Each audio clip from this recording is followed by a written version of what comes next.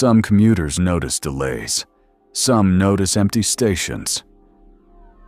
I noticed a passenger, and I wish I hadn't. The last passenger. The first time I noticed him, I convinced myself it was nothing.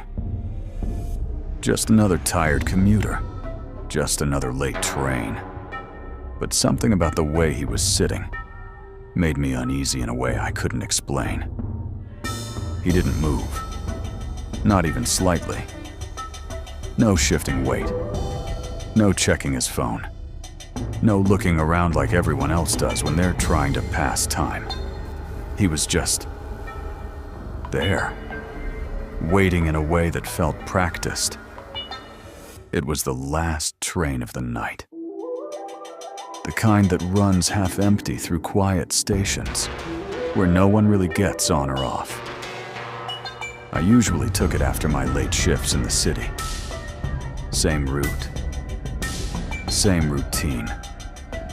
Same silence. At least it used to feel predictable. Until him. He was in the second car that first night. When I passed by, I glanced inside. He was sitting near the window, head slightly tilted, looking straight ahead. Not at anything, just ahead. I remember thinking maybe he was asleep with his eyes open. I moved on. Forgot about it. Until the next night, he was there again. Different car this time. Same position. Same posture. Same stillness. That's when I started paying attention. Not because I was scared, because it didn't make sense. I began changing cars intentionally. First car. Second. Third. Every night I switched where I boarded. But somehow, he always appeared somewhere else. Never rushing. Never moving between stops. Just already there. Waiting like he had arrived before the train itself. I told myself it was coincidence. Until the night I decided to stay in the same car. I watched him closely that time. He never looked at me. Not once. But I felt it anyway. Like he knew exactly where I was, without needing to turn. At the third station, something unusual happened. The train didn't stop. At least, not completely. The lights flickered. Once. Then steadied. We slowed slightly, but never reached a full stop. And outside the window, I saw a platform pass by that I didn't recognize. No signs. No lighting schedule. Just an empty station swallowed in darkness. And standing on that platform, I saw him. The same man. Waiting. Already there. Looking directly into the moving train. If you were on that train, would you stay in your seat? Or get off at the next stop? Let me know in the comments. Because that's when everything became impossible. Because he was still sitting inside the car with me. I turned slowly. He was still there. Exactly where he had been. But now something had changed. His head was angled slightly toward the window, like he had just finished looking at something outside. My stomach tightened. I checked again. Outside, inside, outside again. The platform was gone. Just darkness. Normal stations resumed. But my reflection in the window didn't feel aligned anymore. It lagged. Half a second behind my movements. And in that delay, I saw something behind me. The man. Standing. Not sitting anymore. Right behind my seat. I turned it instantly. Empty aisle. Nothing. No movement. No sound. Only the faint vibration of the train moving forward. I forced myself to breathe. Told myself I was exhausted. Overthinking. Then the intercom crackled. A soft, distorted voice came through the speakers. Not the conductor. Not automated. Something else. Next stop is not scheduled. Every passenger in the car went still. But there were no passengers. Not really. Just me. And him. Still somewhere. Still present. I reached my stop early. Decided I couldn't stay on that train any longer. When the doors opened, I stepped out quickly. Too quickly. The platform was empty. No lights except the ones flickering overhead. The train stayed for longer than usual. Too long. And as it started to move again, I saw him through the window. Standing now. Facing me. Not seated. Not passive. Just watching. The train began to leave. Slowly. And for a moment, I thought it was over. Until I noticed something on the platform I had just stepped onto. Footprints. Fresh. Walking beneath me. Matching my pace. But I was standing still. Then the station lights flickered. And for a single frame of light, I saw him on the platform again. Standing exactly where I was. Watching the train I had just left. And as it disappeared into the tunnel, I realized something I still can't fully explain. Every night since then, when I take the last train, I see someone sitting in my usual seat. Looking out the window. Not moving. Waiting for me to arrive. And the worst part, from a distance, he looks exactly like me. Some places feel isolated, and then there are places that feel forgotten. The fire lookout. I still don't know who was speaking to me through that radio. I've spent years trying to come up with a reasonable explanation. Exhaustion. Isolation. Stress. Maybe a combination of all three.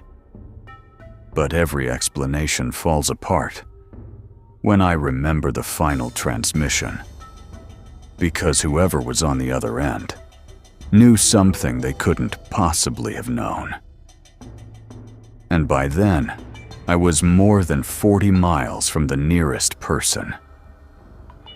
The summer I turned 24, I took a seasonal job as a fire lookout in northern Montana. It wasn't a career move. I just needed money. A friend of mine had worked a lookout tower the previous year and described it as the easiest paycheck he'd ever earned. You're basically getting paid to sit in the woods. At the time, that sounded perfect. No traffic. No customers. No office politics. Just 6 weeks alone in a tower, watching for smoke. The tower sat on top of a mountain ridge, surrounded by endless forest. The first week passed without incident. My daily routine became predictable. Wake up. Check visibility. Record weather conditions. Scan the horizon. Repeat. The isolation actually felt relaxing. For the first time in years, there were no notifications, No deadlines. No constant distractions. Just silence. Or at least, what I thought was silence. On the 9th night, I was sitting inside the tower just after midnight when the radio crackled. The sound startled me. Almost nobody contacted lookouts after dark. Is anyone left? I reached for the microphone. They are already here. Fire lookout 7, go ahead. Static. Then a voice. Male. Calm. Middle-aged, maybe. Looks like a storm moving in from the west. I turned toward the windows. Dark clouds were gathering above the distant ridgeline. Yeah, I replied. Looks like it. There was a brief pause. Then the man said something strange. Been hearing anything unusual out there? I laughed. Depends what counts as unusual. Another pause. Longer this time. Then, the footsteps. The smile disappeared from my face. What footsteps? Static filled the radio. When the signal returned, the voice sounded farther away. We hear them sometimes too. Then the transmission ended. I sat there staring at the radio. The conversation had lasted less than 30 seconds. Yet something about it bothered me. Maybe it was the way he said, "we." Maybe it was how casually he mentioned footsteps. Or maybe it was because I'd heard something outside my tower less than 10 minutes earlier. A slow series of crunching sounds, moving through the darkness below. The next morning, I contacted the regional office. I asked if another lookout had radioed me during the night. The woman on duty sounded confused.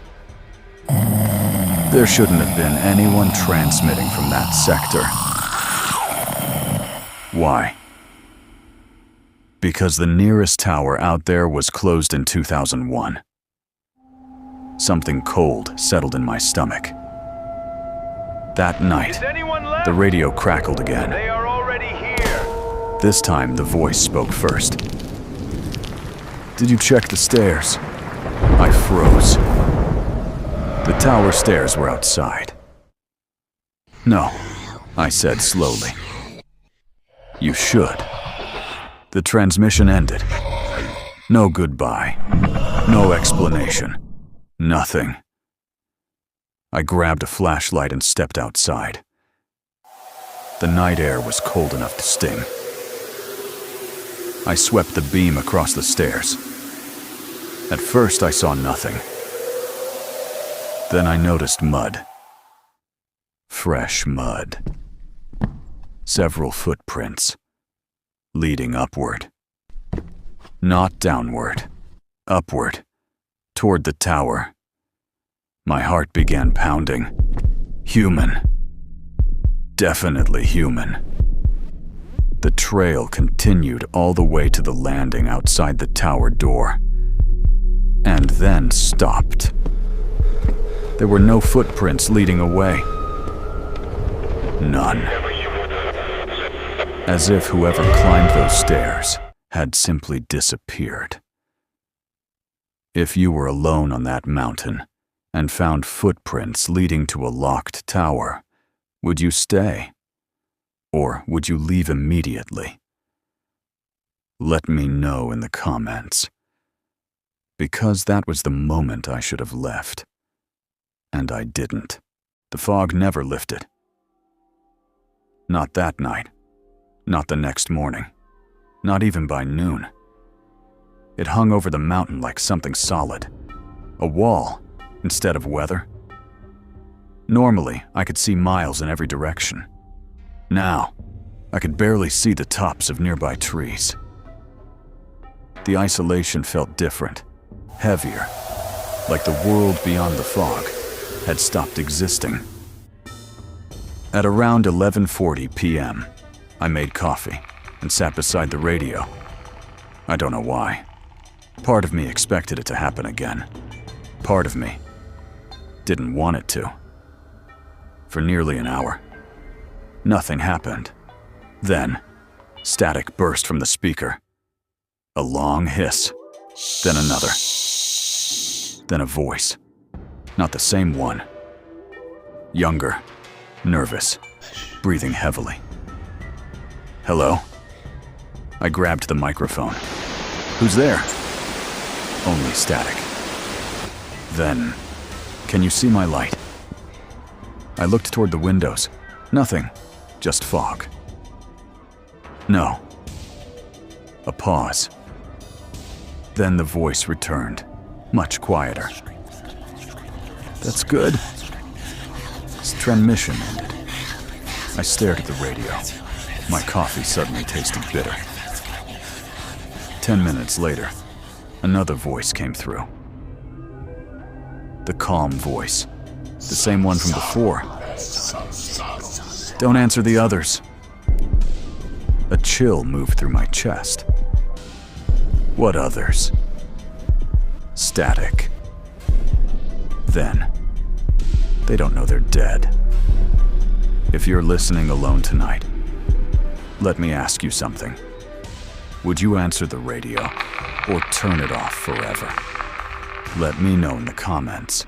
And if you enjoy true horror stories like this, subscribe now, because it only gets worse from here. The next day, I contacted the regional office again. This time, I asked about old lookout towers. A few hours later, they called back. There used to be 3 towers operating in your area. Used to, years ago. One was dismantled. One burned down after a lightning strike. And the third? Silence. Then, it was abandoned after an accident. What kind of accident? We don't know. There was only one person assigned there. What happened to him? A pause. Long enough to feel deliberate. Missing. That word stayed with me. Missing. Not injured. Not deceased. Missing. That night, the fog finally began to thin. Not much. Just enough to reveal outlines of the forest. Tree lines, rock formations, shapes. At around 2 a.m., I stepped outside with binoculars. And that's when I saw it.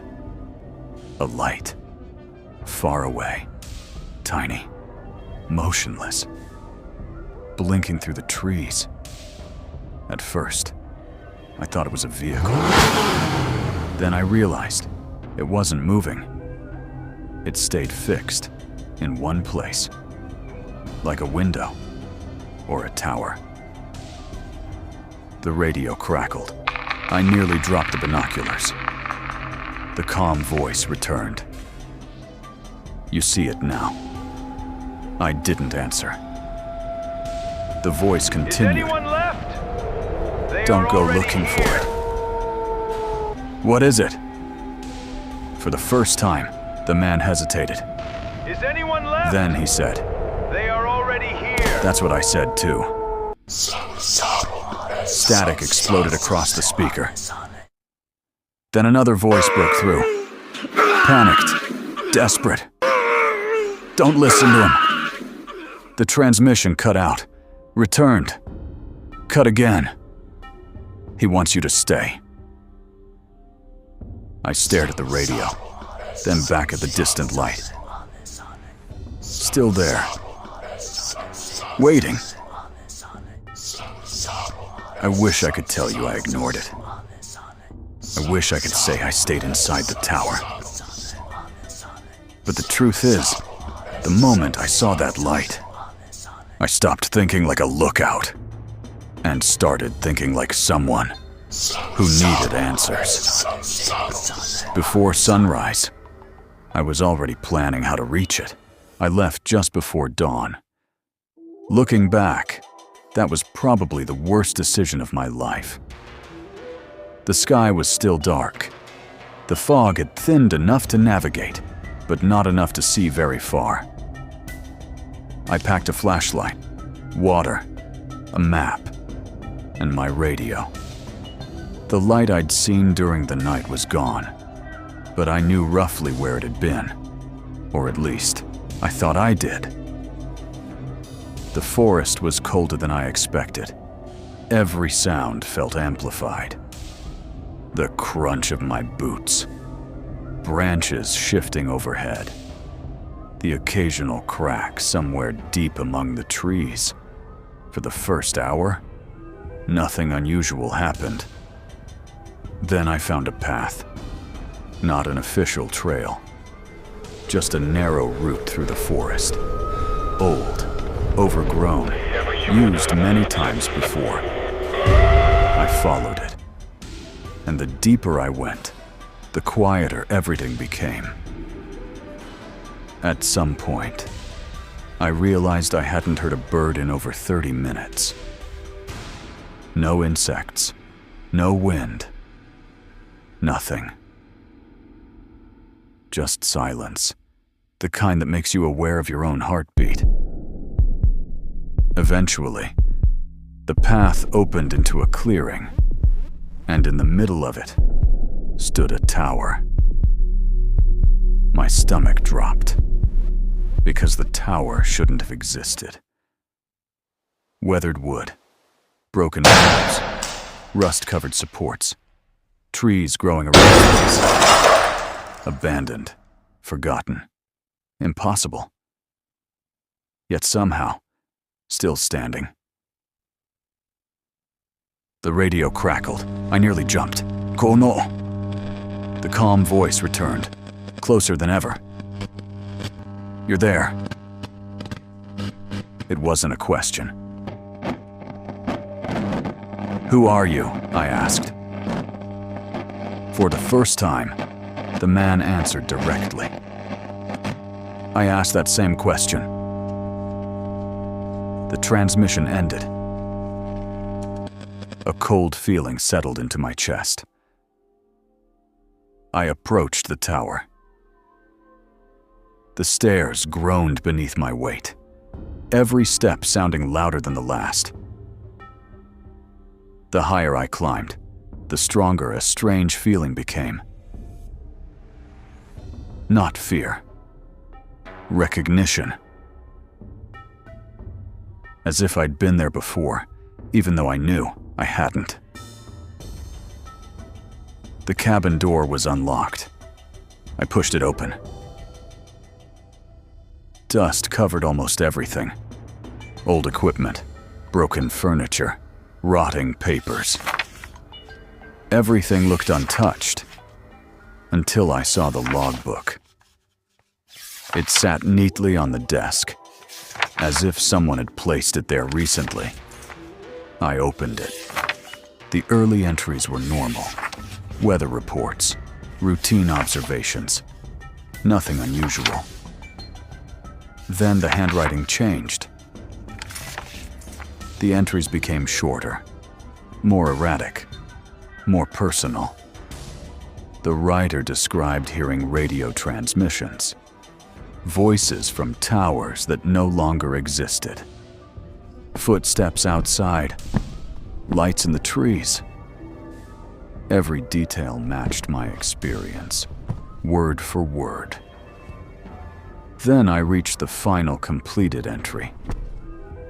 The date was 23 years old. The final sentence read, "If someone finds this, do not answer the radio after midnight." I slowly turned the page. Blank, blank, blank, until the final sheet. One sentence, fresh ink. Not faded, not old, fresh. And at the top, my name. My name. Below it were only 7 words. You should not have come here. I couldn't breathe. Then the radio exploded with static. Dozens of voices erupted at once. Men, women, young, old. All talking, all overlapping, all desperate. I dropped the radio. The voices continued. Some sounded frightened, some angry, some pleading. And beneath all of them, I heard the calm voice, almost whispering. Look outside. I don't know why I listened, but I did. I stepped toward the window and looked down. At first, nothing. Then movement. A person standing near the tree line. Perfectly still, watching the tower. Then another, and another, and another. Figures scattered throughout the forest. Silent, motionless, watching. I counted 11 before I stopped. Not one of them moved. The radio hissed again. The calm voice spoke. That's how many were there when I arrived. I backed away from the window, and that's when I noticed the photographs. Pinned to the wall. Old lookout workers, different years, different decades, different faces. Then I saw the final photograph. The newest one. My hand started shaking. Because it had been taken recently. Very recently. The photograph showed the tower, the clearing, the forest. And standing in front of it was me. Wearing the same clothes I'd put on that morning. The photograph should not have existed. Yet there it was, waiting. The radio emitted one final transmission. No static, no interference, just the calm voice. Quiet, certain, almost sympathetic. You found the tower. A pause. Then, now they'll stop looking for me.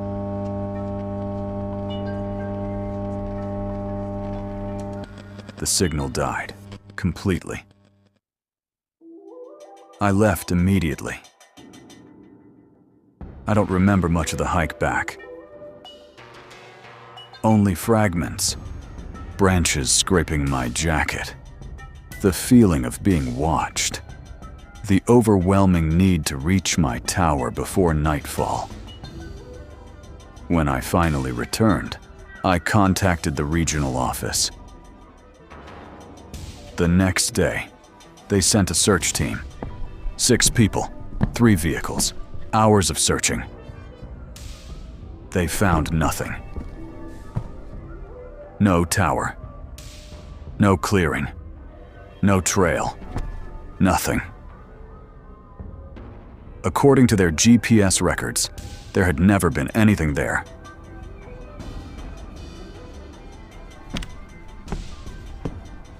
I quit 2 days later. And I never went back. For years, I convinced myself isolation had caused it.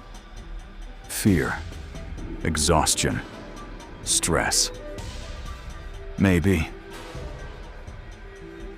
But every few months, something still arrives in my mailbox. No return address. No recognizable postmark. Just a single photograph. always taken from high above the trees. Always showing a lookout tower hidden somewhere in the wilderness. And in every photograph, someone is standing at the window, watching the camera. The face is always too far away to identify. But the clothes are always the same. They're the clothes I was wearing the day I found the tower